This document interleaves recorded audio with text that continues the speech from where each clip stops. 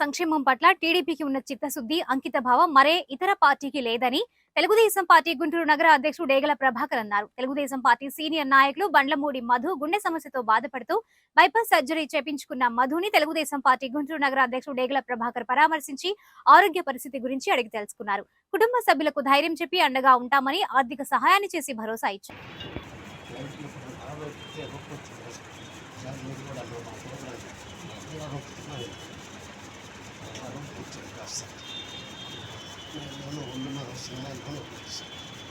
Second midnight release by Sunday morning.